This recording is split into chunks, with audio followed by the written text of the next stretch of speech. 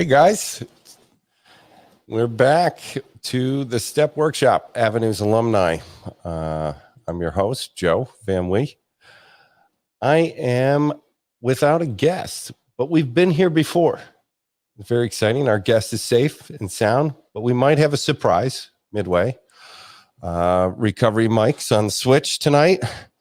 So let's go over a few announcements. If you're experiencing an emergency tonight and you came on here for help, please dial 911.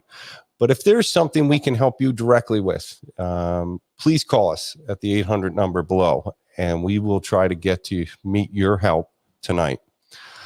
For anyone checking in for the first time or second time, I want to remind you to check out daily hammock readings. It's something we've been producing for Facebook and YouTube. It's a daily video on a meditation, an intention, a thought for the day that's based in recovery, or just taking a fourth dimensional approach to our life. Kind of untightens that fist that we could hold in our stomach or minds without being on drugs. Life could feel serious. And I think these videos are a way to meet the day a little with a lighter heart, get out of ourselves, locked up in my problems, my anxieties, and I could start to consider not only larger ideas, maybe other people are experiencing the same thing in this journey. Let's check in with each other. Where we're at tonight is step 5. Step 5 is admit it to God, to ourselves, and to another human being, the exact nature of our wrongs. Before we unpack or discuss this, let's review the first 4 steps we kind of went over in the last couple of weeks. Step 1 is we're making this admission. We have substance use disorder, be it in the form of alcoholism, addiction. What we're saying is that we're powerless. We cannot solve this problem by ourselves, and it's gone beyond use. Our lives unmanageable. It actually, in late stages, takes away the will to live when you're in the steps. And here's our guest. Let's pop them in before I bring you Lair. Welcome. I'm reviewing the first 4 steps, and then I'm going to give you a great intro. Hey, Joe. Hi. So we're talking about step 1 is this admission that I have a disorder that I can't solve by myself. And then it's hard to salad bar that from step 2, because I'm immediately transitioning to this idea that I may be insane, and particularly when it comes to not only my use, drug of choice, the ritual of this, I'm insane about what the help is. I might need more help than I'm considering. And I want to be returned to knowing true from false with this addiction. So AA historically takes the first 4.5 chapters to really consider this idea, and you could do it with another person. And the finalization of that, we read at every meeting. We ask for his protection and care with complete abandon, be it that of God, be it just asking your sponsor in your home group at this time if you're secular. But with complete abandon is whatever it takes, thanks Captain America, but whatever it takes, I'm going all the way to get sober. And step 3 is making it a mission that if I'm the problem, I have to confront addiction, not as use anymore. And AA unpacks it with 4 character defects, these descriptions of a personality that is suffering from selfishness, resentment, dishonesty, and fear. Let's simplify our problem with these 4 words. And let's go through the rest of the steps considering these are the problem. This kicks use, drinking every day, using cocaine, heroin, 100 yards down the field. So it's not that anytime I have an obsession, I'm going to drink. I'm starting to look for these problems. And the first being selfishness. And when I confront this idea of self, maybe I don't know myself as well as I've considered. When I'm charitable, I'm angry, I'm impulsive, I'm challenging this idea of free will and self. You know, the tradition is to say the 3rd step prayer with a sponsor. If you're uncomfortable with that, it's to express the idea. I did it with my sponsor. At that time, I was a staunch atheist, but I got on my knees and I prayed in this guy's garage while he was chewing the biggest wad of tobacco I've ever seen, spitting it. And we said that prayer. What happened that day was that I didn't leave with a belief in God. I left thinking I could get better because I'm willing to do things that are extremely uncomfortable. I didn't want to be different. And that was me entering back into a 12-step life in a new way for me. And it let the idea of a spiritual awakening happen for me. We talked last week about step 4. Step 4 and a multiple of variations. A simple one, say a Russell Brand in the back of the book. You fill out resentments and fears. We talked about the fundamental way to do it and fill out all the questions, especially if you're a chronic relapser. Maybe this can be of more value to do one resentment at a time. But we didn't stick to one idea as the only way. It's a process by trusting your sponsor, be it if you're NA, Dharma recovery, taking the inventory, or AA. So we have this script now we're entering step 5 with, this list. And tonight's guest, he's going to tell us a little bit about himself and his experience with step 5, and how he admitted to another person and told them his entire life story, pocketing his pride, as we said. Larry's a longtime friend of mine. He was actually the reason I'm probably on this tonight. He came to my house in the midst of a tormentive relapse where I was essentially giving up, and confronted it with another friend. And this has happened multiple times, and I didn't think this would be different, but we talked for a while. And within that hour, I told my 2 friends what I thought about myself. I was in a complete collapse. He was there to save me, and I owe him a great debt that I pay back by helping others. So Larry has long-term sobriety and is going to tell us who he is and what's step 5. Larry, the mic is yours. Thanks, Joe. Hi, everybody. I'm Larry Moran. I'm an alcoholic, Joe's friend. Thanks for having me on as your guest. I came late. I think I came in the middle of your summary and recap of the first 4 steps. Glad for that. I agree with that. I can't talk about my experience with step 5 without at least touching on the previous steps because of how important they are. And as Joe mentioned, because of the interplay. So just to kind of, set the stage briefly, I am in long-term recovery, in sobriety. I became a lawyer. I became a husband. I became a father. I became an employer. I became a son again, a brother again. Because I didn't have any of those things at the end of my drinking. Some of them, I had a great shot at life starting out. I came from a pretty stable family and had a lot of love and support. And none of them knew what was wrong with me, what my sickness was, for a lot of years. I had multiple diagnoses, all kind of skirting around the edges of, drugs and alcohol. But I wasn't getting better after multiple institutions, short and long-term recovery, long-term treatment centers. And it was because I was stuck on step 1 for over a decade. It's as Joe started to describe it, I think when I was listening to it, it was me overcomplicating it. Necessarily, by the way, it took me 10 years to find God, or to find my higher power. Whatever you want to call it, it's necessary, and it's why steps 1, 2, and 3, in my experience, were so important, and it's why since October of 2009, I've never really had to do those ones again. I've had to do the other ones plenty of times, but what I mean is, I started my first experience in rehab was when I was 18, and my last experience was when I was 29. So for the 10 years in between that, I was in about 9 institutions, one of them for over a year and a half, and I didn't get sober. I didn't come out, and my life didn't improve, and I didn't stop drinking and using drugs. I did for short periods of time, and I felt better, and things improved, and I thought that was sobriety without the steps.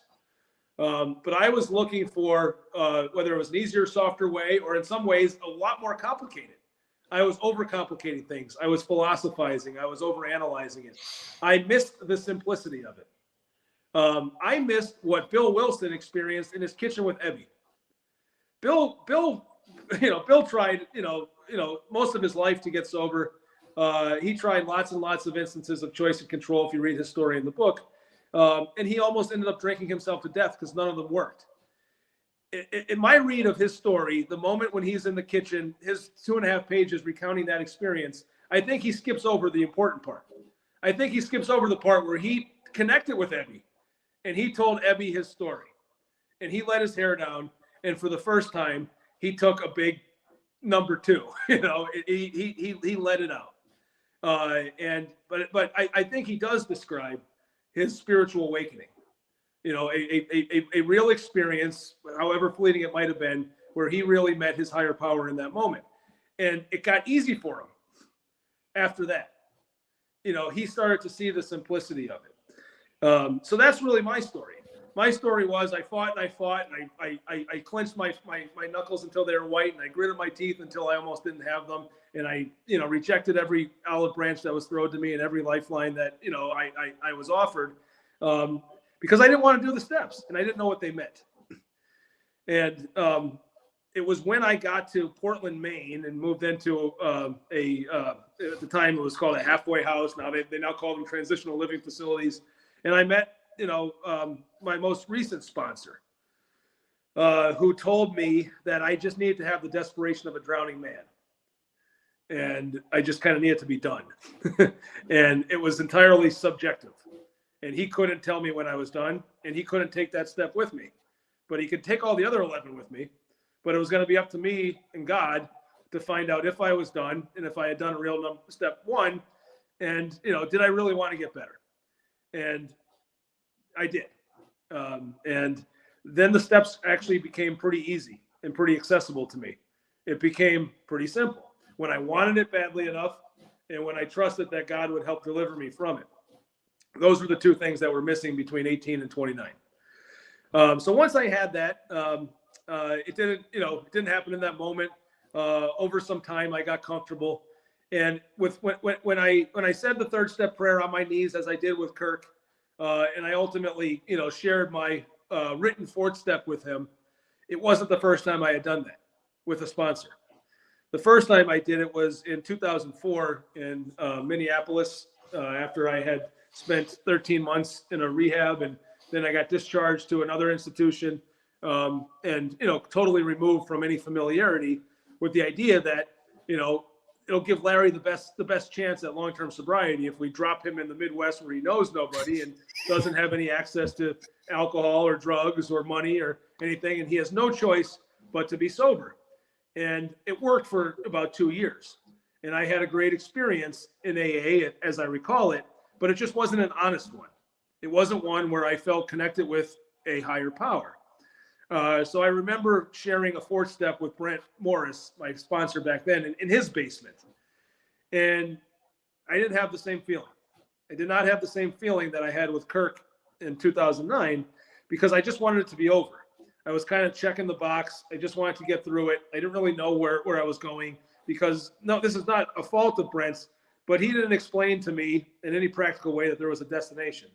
So I gave my first effort of a 5th step on my knees, or actually I wasn't on my knees this time, but I was in Brent's basement with a composition. Scary looking, Lair. That'll look wild. Yeah, exactly. With a composition notebook, reading, what I thought were, the versions of my secrets that I wanted, that I'd be okay with the world knowing. Yeah. Essentially, whatever I wrote in that composition notebook that I share with Brent, I think I was writing it assuming that it would be leaked to the world. And do I want to see this on the internet, or I want to see this in the front pages? It wasn't anything that I was really comfortable sharing with the quote unquote friend, as the book calls it, or a stranger. Yeah. So not surprisingly, I didn't have that experience. I will tell you, I had it with Kirk, but it wasn't transformative in the way that step 5 became for me thereafter.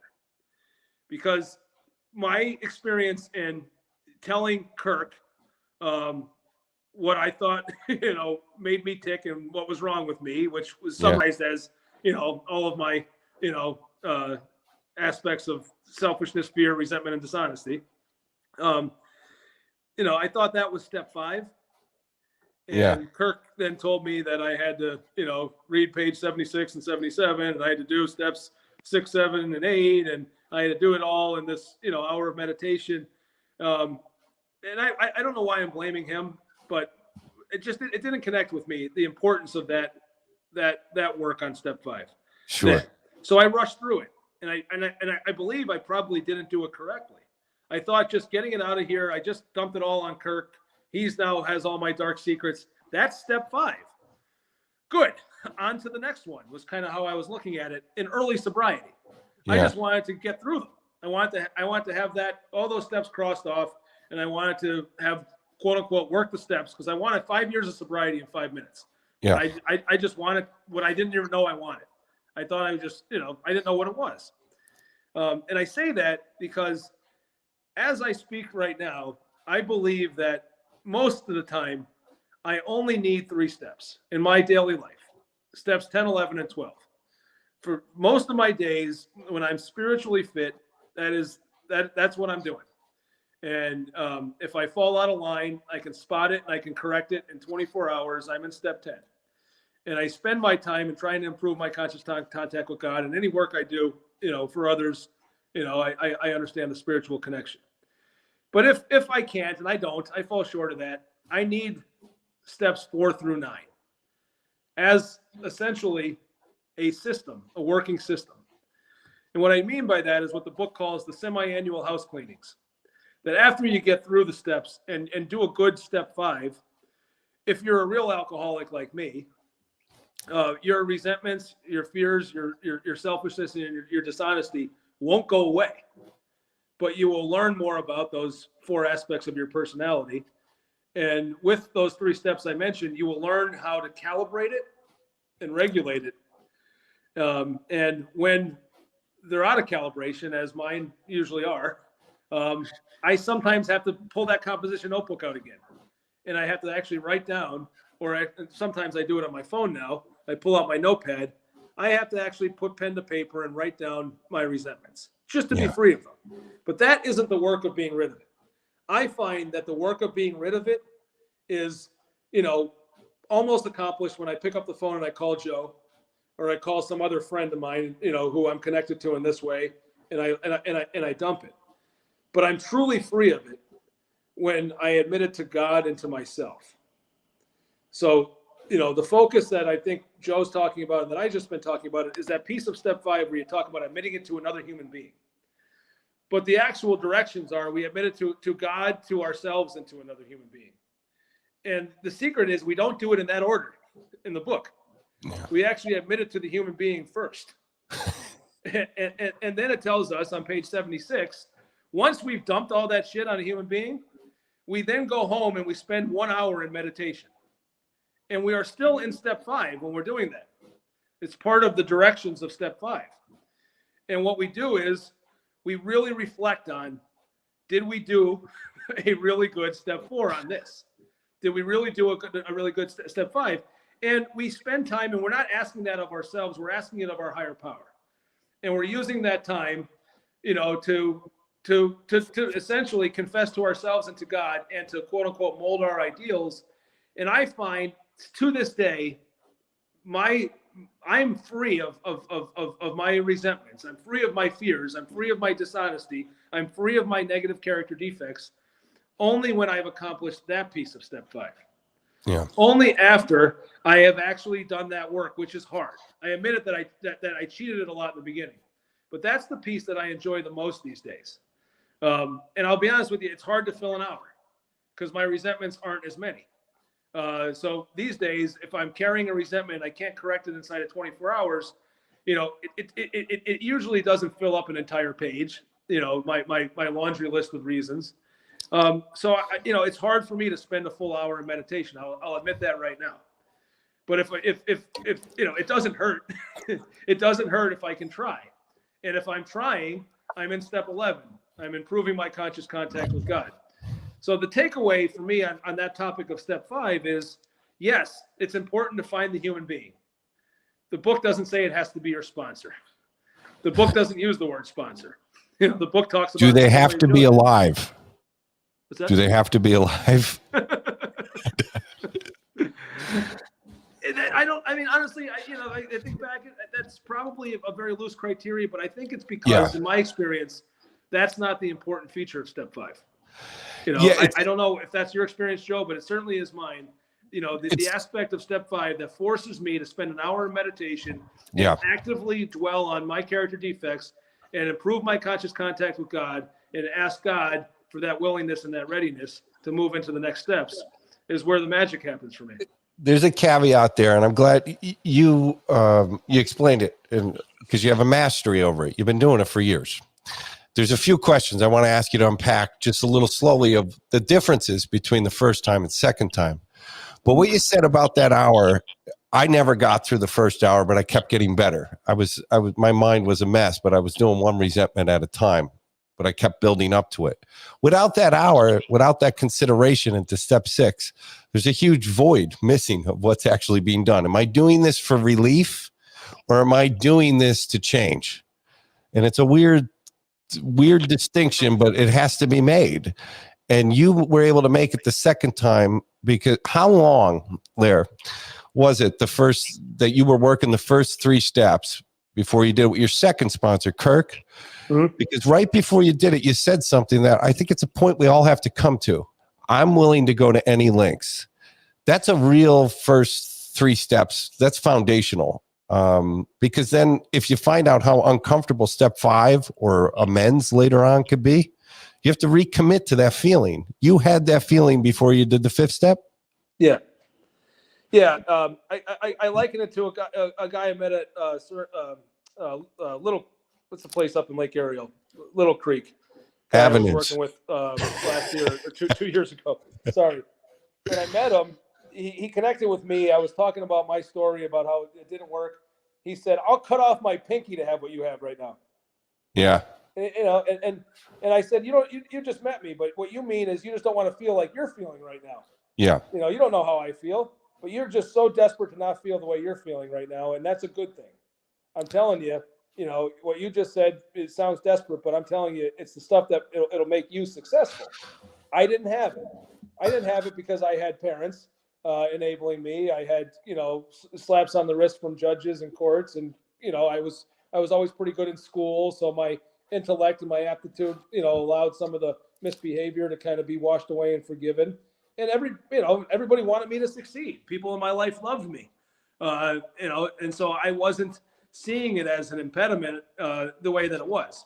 Yeah. There's also things that we get into another time, you know, aspects of mental health, codependency, for instance, that I didn't realize that, you know, was also afflicting me, where I just felt like, you know, I couldn't do things for myself. You know, that I was at the mercy of my family and I was at the mercy of institutions. And honestly, what happened, Joe, is in 2009, I had lost all those things. You know, my parents weren't talking to me. You know, the money was turned off. I was homeless. I couldn't afford a cell phone. And, you know, the only thing I was able to do was convince an uncle of mine to help me get a rental car. And, you know, and he used a relationship he had to get me a bed in a place that at the time wasn't that expensive. And, you know, I drove up to Maine in a car I didn't own, you know, and I got out and, you know, with the clothes that I had on, essentially feeling and looking the worst I've ever felt and looked, and I had nothing and I had nowhere to turn and I had no other options. I had burned every bridge. Yeah. And so I think by necessity, it's not because God didn't come down and touch me. I just had no other choice. That was the difference. I had, you know, fortunately experienced more pain and more loss and got to the point where I really had no choice and needed it. And so that's kind of where I was with Kirk. I'm like, now I'm desperate. I got no other option. I got no other way to look. When I was 24, it was like, okay, I'm going to tell my parents what they want to hear so they get me out of this place. I'm going to tell the college what they want to hear so they let me back in. I'm going to tell my friends who are still drinking something totally other than I went to rehab because I don't want them to judge me and I want to still be able to go back to the bars and the parties. My point is I was not honest with anybody, at least alone myself. So it's no surprise that I had that relapse occur and I had only a half-assed 5th step experience with Brent. And why it was different, I think it was because I was different in a worse way. I was lower, I was broken, and I had gotten to that proverbial bottom that I just hadn't gotten to in the 10 years earlier. We got a nice comment here from Kayla. Thanks, Kayla, for coming in. I had no idea I would continue to need and be grateful for desperation, even after I was clean. Before it was always, I'll do anything to get clean. Now, years later, it's I'll do anything to stay clean, get better, and change the way I feel about myself. Desperation is a beautiful thing for people like us. It is. It's stoicism, because we can always return. You can return in your imagination and then arrive back into like your present mind. I do this exercise and I'm like, wow, that really was a reality for me. It's over. Instead of it causing anxiety. Lear, I wanted to ask you, what was the time frame within those changes? Steps 1, before you started writing, you're up in Maine. How long did that take to get to step 5 in your experience? 3 months. 3 months? But I wasn't. I was also looking at other things. I was trying to find a job. I was trying to get back to law school. I was rescheduling things. Meaning, if I had double timed it, it wouldn't have taken that long. But it was me meeting with Kirk once a week, reading a little bit of the book, and then looping in. Meaning if I had the time and he had the inclination, we probably could have gotten there quicker. But yeah, 3 months, and then I think certainly within another month, I had finished everything, because I was only up there for 4 or 5 months. So, was there something in this 5th step? Sometimes this experience, and I don't know if this is true for you, we never talked about it. Was there anything in your 5th step when you're telling your entire life story that you didn't write down? You were kind of just hedging. Maybe there was discomfort that you're like, now I'm telling Kurt my entire life story. Was there an experience like that for you? Yeah, there was like one thing. I think. Yeah. I remember thinking like, I'm never telling anybody this thing. And I remember that was the first thing I told them. Yeah. And I was just like, I got to tell you this, before anything else, because this is the dark one that nobody knows, and I'm telling you this, and I think with that exploration, we all have that dark thing, and that's that you take people through the steps, and be it that this is our format and avenues. Sometimes that's a time I even suggest to someone, if there's trauma or anything like in a clinical setting, this is a great place to do this with a sponsor, or have a relationship with a licensed therapist if there's something more that needs to explore. But I remember writing down all this stuff, and I was afraid to write it down until I connected with my sponsor. This isn't in the book, but there seems to be a tradition, like an allegiance, that I have that dark thing churning in me that I didn't flush out as a resentment. But it has no power over me after my 5th step. It starts to diminish shame or these ideas we have of ourselves, just having this experience in life. But now it's an asset. It's an asset because that's how I work step 12. Those demons of the 5th step and this life is now the tool to take someone else kind of out of the sewer of addiction, which is just a nightmare to be. It creates that trust, a two-way street where that's peer-to-peer. To me, and I'm seeing it in a new lens today. Do you have that experience? You think like that stuff does not own you. You've been free for years, but do you have to revisit it to help people through their 5th step? Yes and no. Okay.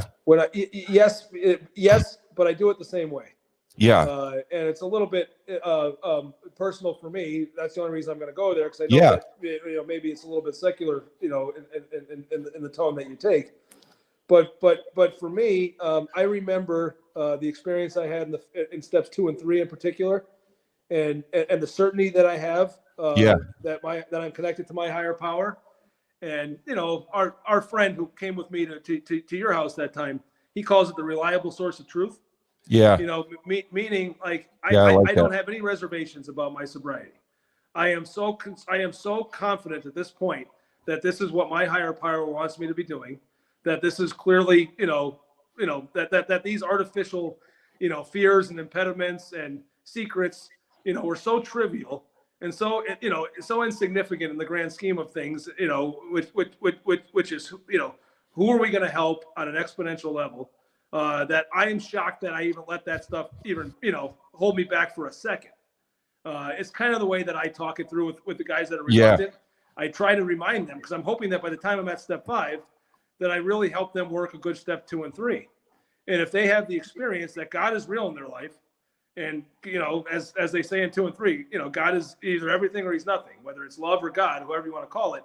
If you believe in that connection, that higher power, that the steps I think require us to before we get here, they're really, in my mind, is no good reason to have any more of that fear. There's no good reason to have any more of that reservation. If my fear has been replaced by faith, which is what the earlier steps told me to do, why am I holding this back? That's kind of, it's hard, for purposes of the show to get into it. But when I get into that intimate setting and I'm trying to help get a newcomer off of that, be more vulnerable, usually where I go is some version of reminding them about where they were in step 2 and 3. Gotcha. Do they really have that, that connection to God? Do they feel like they have that reliable source of truth? And if that's there, have no fear. It's essentially a version of that. I like the way you said that. But my spiritual experience, you know me, and my tank was E. It was on total. It was rusted out, disillusioned, cynical. But the connection I made with my sponsor, telling this story I never told before. I'm now 40, and there's a line that says, "We pocket our pride." That's just noise to me. I didn't really know what that meant. My ego became so kind of intertwined with what my personality or image was. I didn't even know what my authentic self was until I started talking, and I had to keep reminding myself. I felt myself telling him I have business problems, life problems, health problems, and I'm starting to edit them as I'm reading them a little. I'm like, I don't want Eric to think I'm a fool. like I had to recommit myself in the middle of the 5th step, be like, go all the way, stop it. But it was a long time since I told someone authentically who I am. And I mean, I was broken.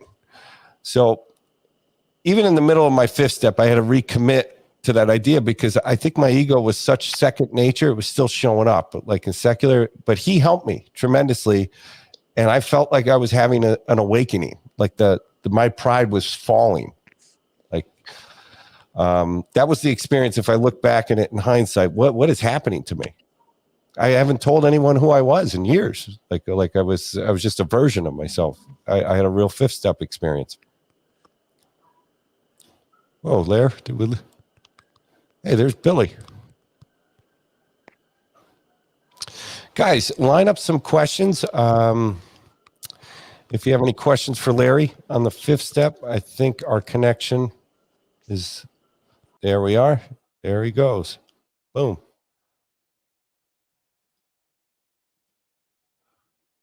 We lost Larry, but you still have me. I'm still here. So I'm glad Larry was able to stop by. Maybe we'll get him back. But the 5th step could seem like a boogeyman sometimes, of having this conversation, telling someone who you are. But the good news is you can't do it out of order. Larry, you're back. We're used to this, popping in and out. Sorry about that, Joe. I lost you for a second. Yeah, no worries. I was ending my idea. My thought was just, it was the first time I felt how thick my ego has become and how invisible it was when I'm now wrote the truth on a piece of paper, and I'm nervous telling my sponsor, who I was just getting to know, telling someone what's really wrong with me, like with not only the mess I made of my life, but what I think of myself, what I believe is true. And I could feel myself saying, what are you doing? It was just coming out of my mouth automatically. I'm like, I'd have to stop, take a breath, and I'd be like, go all the way. Like it was weird, because I had experience with the steps. I don't know, maybe you've encountered that in the 10th or 11th step as you get older and long term. I was just so embarrassed. My pride. I encounter it every day. I said to somebody this morning, I said, for me, it's about managing my fears and my resentments. I said to somebody, and then realizing that my resentments are all fear-based. And somebody said to me, like, well, what do you mean by that? What are you afraid of? I said, well, how much time do you have? I said, but at bottom, I'm usually afraid that people are judging me. Yeah. That people are looking down at me. They're looking at me as small or less than them. That's just with me. My point is, I definitely had that in the very beginning, and my sponsors were no exceptions. Yep. Meaning, like, there's still another human being, and I got all this insecurity, and I got all this vulnerability, and I don't think very highly of myself, and I got no confidence. I don't want this person to think less than me than they already do, and they probably already do. Meaning, like, so that was always with me. Meaning, like, there was always going to be a reluctance, because I still have to admit that to myself on almost a daily basis. That, what am I really afraid of here? It's just afraid that somebody else is going to judge me as less than or smaller. Yeah. Yeah, I think it's an experience to have. It's the risk to take, and it's connection. And it's, I think, what we're desperately seeking, alcoholics. And the fifth step gives form to find a way to do this within like these guide rails that let us connect. If we do it sincerely, that you can overcome addiction. And it's hard, like you were saying, to parse 5, 6, 7, taking the hour afterwards. The hour's fun because it's the meaning of it you were expressing, but there's the back end meaning where it wakes up creativity. What is our ideal moving forward? And that's always one that, can't fill an hour meeting. People don't want to talk about it because you're talking about a dream so quietly. What person does Joe or Larry want to be if I wasn't shackled to the pleasure of addiction as my only source of feeling good? Like, who are you going to be now that you're free from alcohol? That in itself could be an overwhelming question, but that's what adds adventure, I think, back into your life. I mean, alcoholics and drug addicts still need to be adventurous. This is an adventure. And we still need ideals to guide those adventures. Yeah. Yeah. So that woke back up in me, the fact that I could, you've seen it and I've seen it in you. It's to value things that were far beyond what was the material world, that was going to make my makeup, my ideals, my integrity. That was recovery for me. It took a couple months to feel stable. My experience this last time, it was within that 5 months, I started sharing real resentments, doing a fifth step. And it's no different than anyone else I know that lives a 12-step life that needs that experience. Guys, any questions out there? Hi, Brooke. I'm going to check Hey, Billy. Billy's a step man. Billy's going to be hopefully we'll have you as a guest soon, Bill.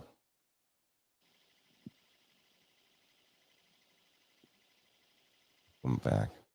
So, Larry, if you had to close some ideals, it's hard to salad bar the steps, because it is, but it's important to know that the book is right, that we're constantly molding those ideals. So, she won't mind me saying it, and she's not watching, so I can use my wife as an example. My wife has never seen me take a drink. I married my wife in 2015. I got sober in 2009. So drugs and alcohol weren't ever a problem, but my personality is still a problem. Yeah. So she married me, and throughout the course of our relationship and our marriage, like other relationships, we would have disagreements, and for me, they would mature into resentments if I didn't, resolve them in 24 hours, as I said earlier.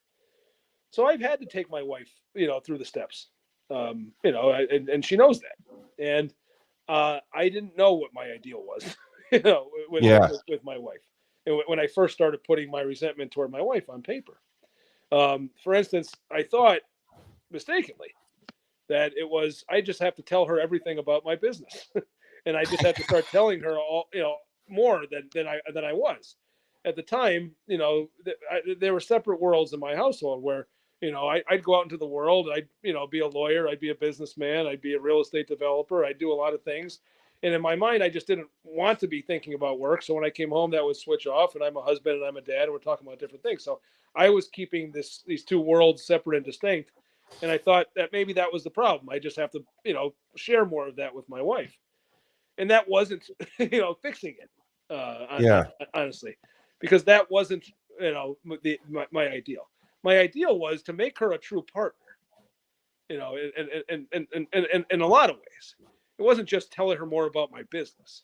It was ultimately make her a true partner in every traditional sense of that. So my point is, when I came out of my first hour of meditation, after I even talked it through with others, you might have been one of them. I thought I found it. I thought my ideal is, this is simple. Liza's smart. She knows these things. She wants to be involved. She has ears. I'm just going to bring her in at the beginning of every one of these things. And it wasn't making things better for us or for me in particular, because that wasn't the right ideal. but it Okay. gave me the kernels of it. It gave me the working framework for it. So, back to the drawing board. Sometimes it would, manifest again. I had to write it down again, but certainly it was within that hour of meditation. It was when I was doing the work of molding my ideals, when I actually did that, came up with the real definition of what my ideal is with my wife. It is partnership. It is, everything about our lives is about Larry. She moved to Northeast Pennsylvania, where Larry grew up, where his family is, where his friends are. It's his, his business is his life. It's his friends. She had no identity. She wasn't connected to these things. I learned that, meditating in an hour on step 5. Even though I'm living with her, I'm in love with her, I'm married to her, I wasn't aware of it. I didn't take that time to consider, things from her perspective, and I just wasn't hitting the right ideal. So the book's right that we constantly mold them. You took that from writing it down to step 5 to the hour. Yeah. So I'm just trying to give you an accessible example where I didn't get it right with her, even though, I'm, 6 years in practice, it's the most important relationship I have. And it was important to me enough to actually go back and work the steps. I didn't nail it the first time. I didn't nail it the first couple of times. I had to spend that time, and I had to be ready, and I had to really, rely on my higher power showing me the way. But I feel like I did hit the right idea with my wife. It doesn't mean I'm always observant of it. It just means if I fall short of it, I have a guidepost that I can remember. What am I supposed to be doing that makes my life better, that makes me free of this resentment, that makes us happier, that makes us better versions of ourselves, that makes me the most spiritually fit version of myself I could be today. And it simply is, am I treating my wife like an equal? Am I treating her like a real partner? Or am I in control? And am I dominating? And am I forcing and asserting my will in this conversation that I'm conceiving as an argument? My point is, the steps really work. And that hour in meditation probably saved my marriage.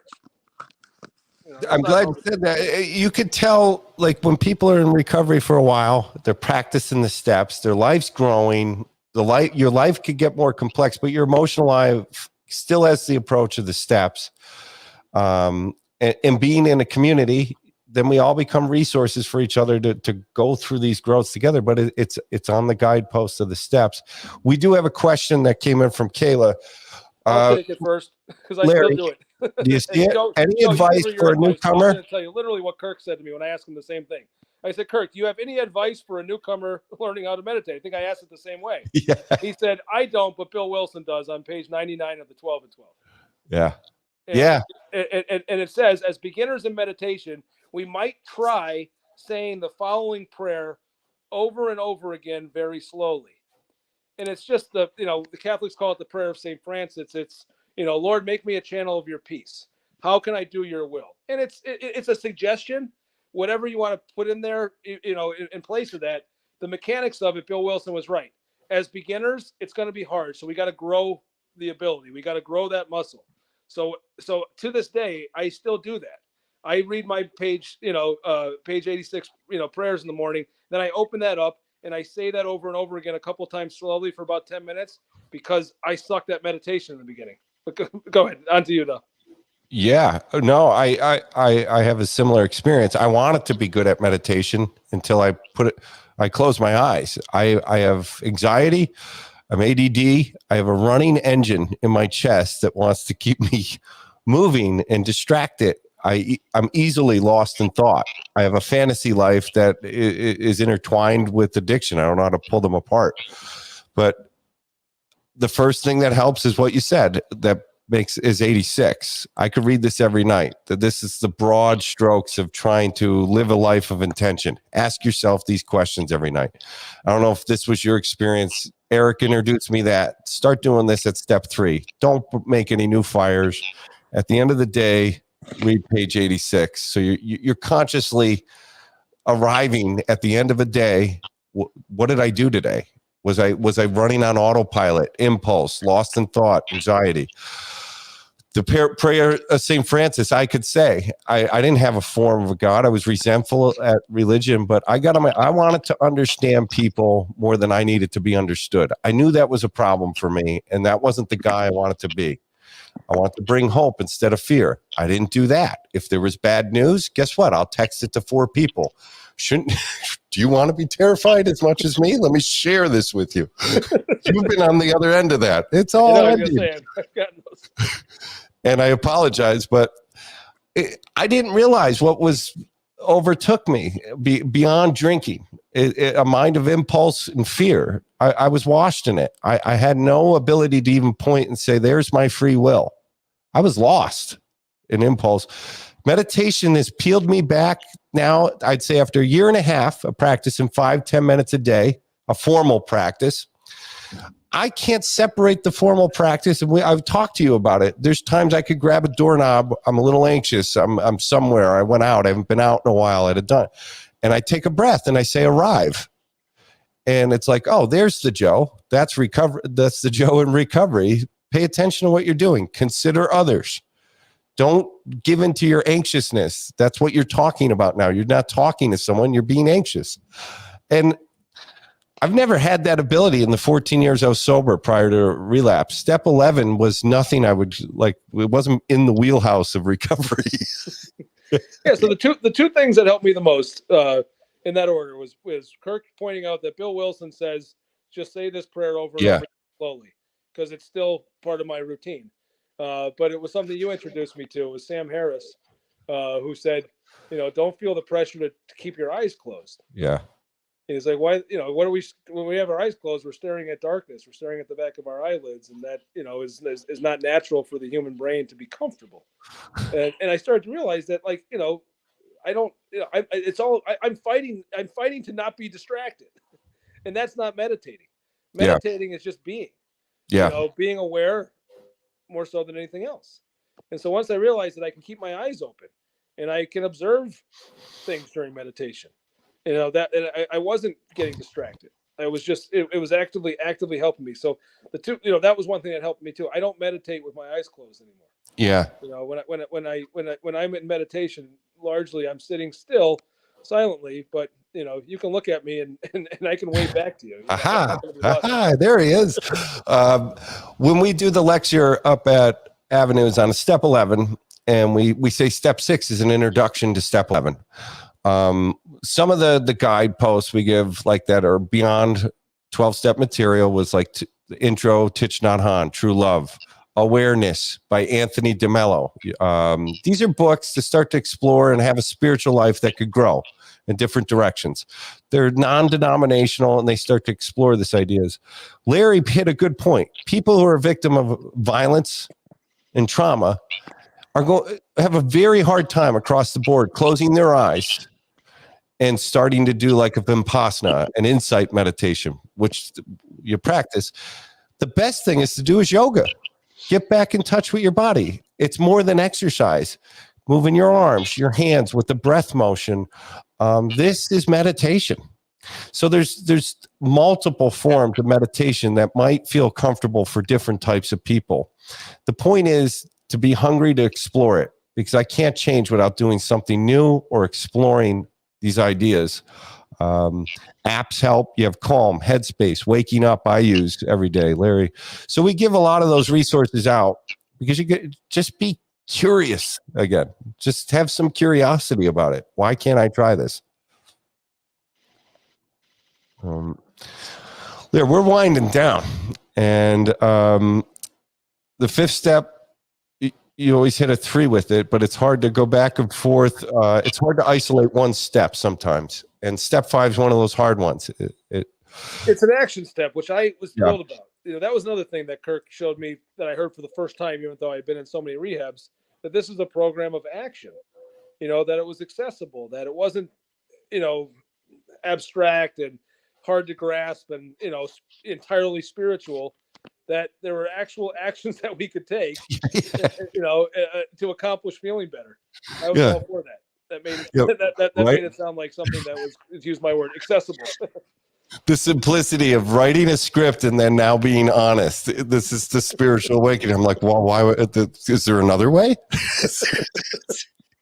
Can't I just read a wonderful book? Can't Netflix get me better? That was a plan for a while. Maybe I could stay on my couch until like I assert will. Like, so I'll just, new Joe will wake up tomorrow and be like, well, that's over. That's all over. I want to thank you for coming. Guys, any questions or resources? If you need any help tonight, please call us. Emergency, always call 911. Reach out to your outreach or alumni coordinators. You have my email I showed in the beginning of the video.